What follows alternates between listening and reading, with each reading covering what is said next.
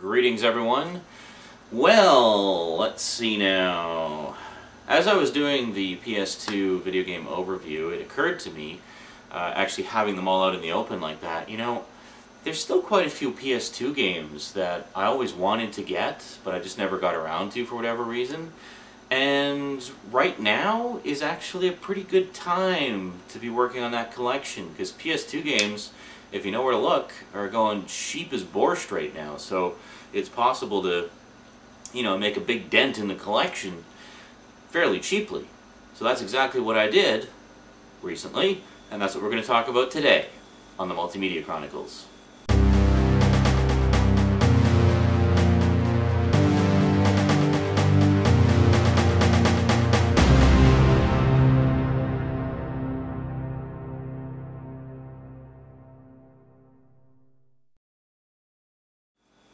Welcome back. Okay, so what did we find in the bargain bins? Well, quite a few.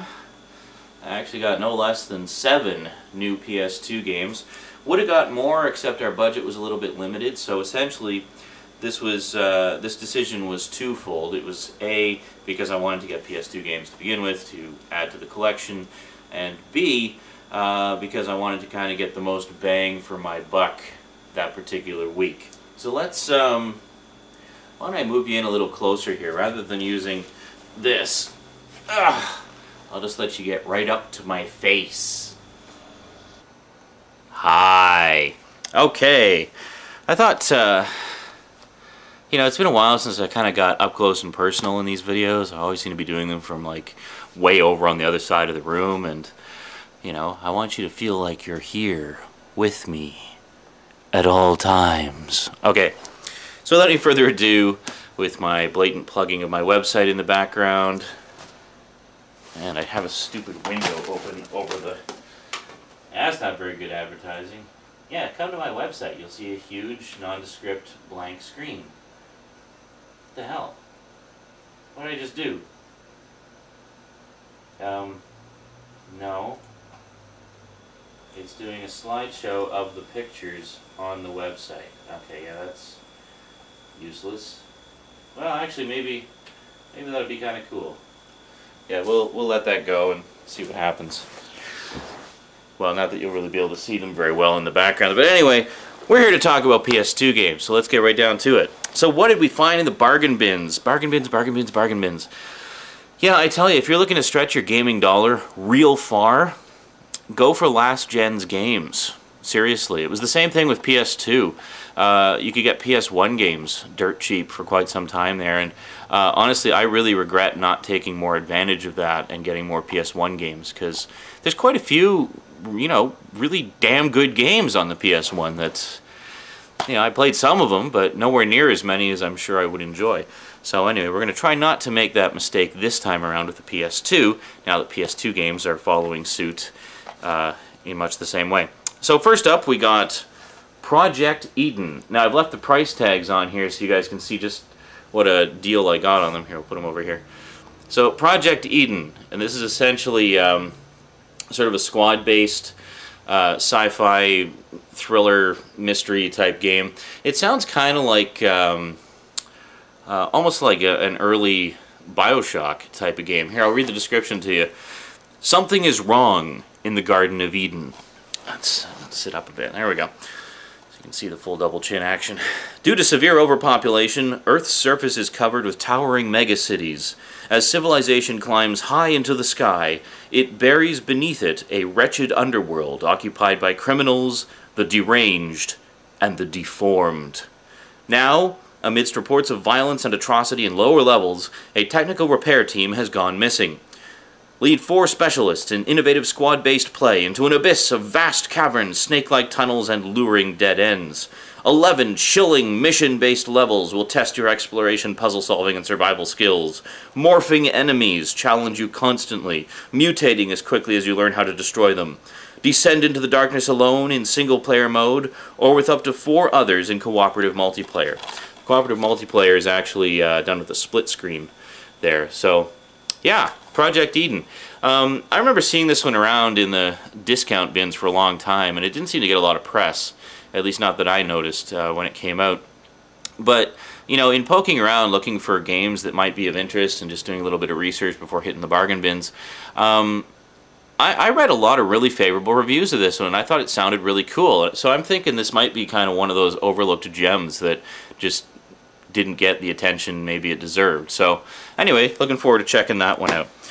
Then, I'm always a sucker for samurai action. Well, you know, I mean, you saw I've got the first 3 Onimusha games, and I kind of lump Devil May Cry in with that style of action. But I just love samurai stuff in general, and that's something I'd like to get a lot more of in terms of both my games and my movie collections, get more Kurosawa films and things like that. So this is a series that actually is still ongoing. There's been 1 or 2 sequels on the PS3 in the past few years, so I really wanted to check out the first one, which is actually a PS2 game, Genji, Dawn of the Samurai. I mean, look at that. That's just beautiful. Gorgeous. So, I have not played... all these ones I'm showing you I have not played yet. So, I don't know... I'm just kind of guessing here. But from what I can tell on the box, it looks kind of like an Onimusha type of game. So, I think it's a pretty safe bet this will be something that I'll enjoy. And I've heard a lot of good things about the series in general. It's just supposed to be a really good samurai hack-and-slash action series. So if we hear the... If we just read the back here, with the artistry of the skilled blade, 2 warriors will avenge the fallen Genji, 1159 AD, feudal Japan. Yoshitsune, one of the survivors of the Genji clan, begins his crusade against the brutal Heishi clan. With a powerful ally by his side, they will forever shape the history of Japan. Battle as 2 historic warriors in this Japanese tale, combat the evil Heishi with the skills of a master swordsman, and discover weapon and armor upgrades in your quest for redemption. So there you go, you can get a look at some of the pictures, monsters and other warriors, and looks like magic and stuff too. So yeah, so this looks like it'll be a lot of fun, and definitely looking forward to that.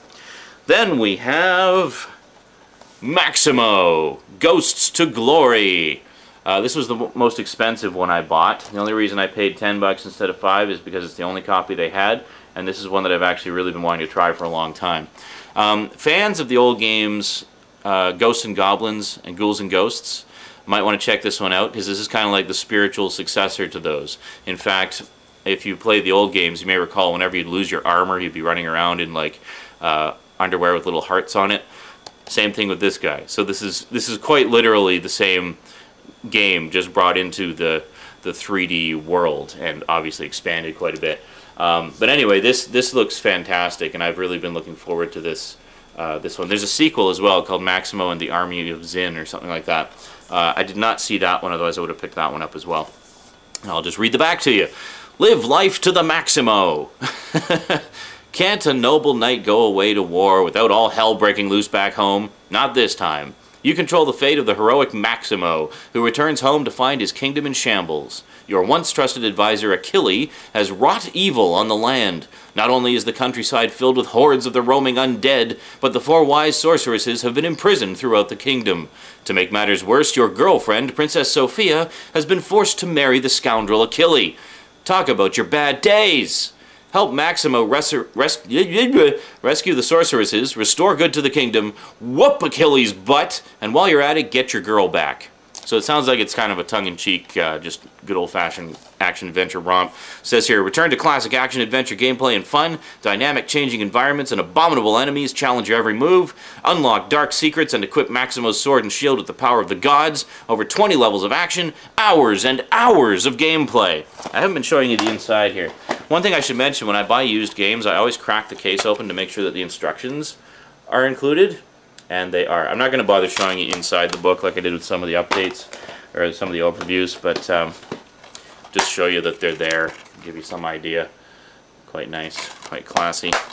Quite classy. I like having a full package when I... Double entendre alert! Yeah, I like having a full package when I buy used. I don't like having... you know, missing instructions or inserts or whatever. So I always try to make sure that everything's included, even if it's only $5. I mean, I still want to make sure I get everything. Okay, next up we got the third in the series of one of the most popular squad-based, stealth-oriented, action, military-type games on the PlayStation 2 and now the PlayStation 3. SOCOM 3, or SOCOM, U.S. Navy SEALs 3. I still need the second one, and I still need Combined Assault, which is the fourth one. And yeah, I've heard kind of mixed reviews about the PS3 version. I wanted to ask you guys about that, actually. Any of you know anything about the PS3 version? My understanding was the main complaint people had with it was the multiplayer wasn't very good, and that's one of the big strengths of the original games that people liked, was the multiplayer. Now, for me, the multiplayer isn't as big a deal. I'm more of a single-player campaign guy. I just don't have the time to play a lot of online matches and whatnot, so I just tend to stick with the one-player game and just, you know, play a bit here, a bit there when I can. So, my question is, okay, maybe the multiplayer isn't all it could be, but how's the single-player campaign on the PS3 SOCOM game? Is it any good? Is it worth getting?